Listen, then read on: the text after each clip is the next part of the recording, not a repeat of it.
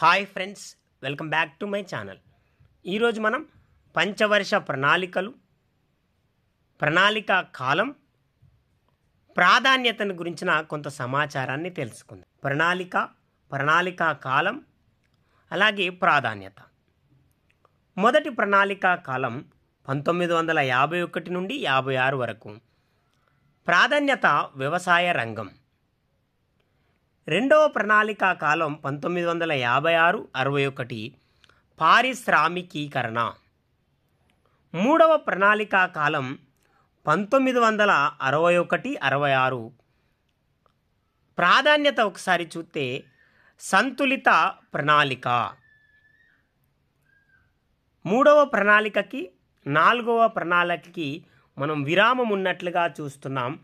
నాలుగవ ప్రణాళికా కాలం 1969-74. దీంట్లో ప్రాధాన్యత గనక మనం చూస్తే స్థిరత్వంతో కూడిన వృద్ధి.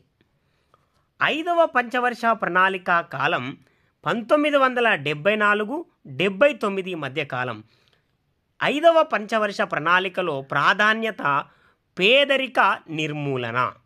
ఆరవ పంచవర్ష ప్రణాళికా కాలం 1980-85. ప్రాధాన్యతను గనక మనం చూస్తే ఉపాధి కల్పన, పేదరిక నిర్మూలన, సాంకేతికత, స్వాలంబన. అలాగే ఏడవ పంచవర్ష ప్రణాళికలో కాలం గనక మనం చూస్తే ప్రణాళికా కాలం 1985-90 మధ్యకాలం. ఇక్కడ ప్రాధాన్యత ఆహారం, పని అలాగే ఉత్పాదకత.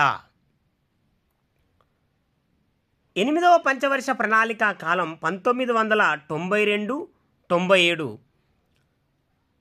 ఇక్కడ ప్రాధాన్యత గనక మనం చూస్తే మానవ వనరుల అభివృద్ధి.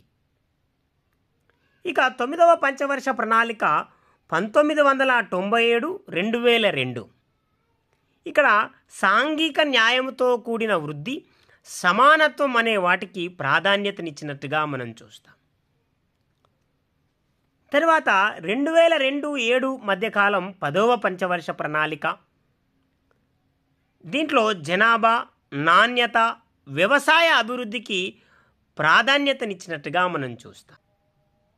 ఇక 11వ పంచవర్ష ప్రణాళిక 2007-2012 మధ్యకాలం.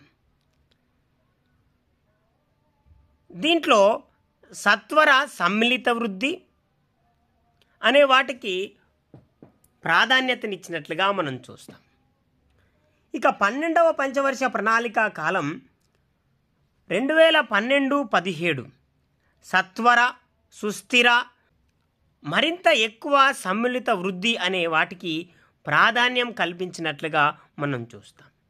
ఇది ఫ్రెండ్స్ పంచవర్ష ప్రణాళికలు, వాటి కాలం, ప్రాధాన్యతల గురించిన కొంత సమాచారం. ఈ ఛానల్ మీకు యూస్ఫుల్గా ఉందని నేను భావిస్తున్నాను. లైక్ చేయండి, షేర్ చేయండి, అలాగే సబ్స్క్రైబ్ చేస్తారని ఆశిస్తూ ఉన్నాను. Thank you very much.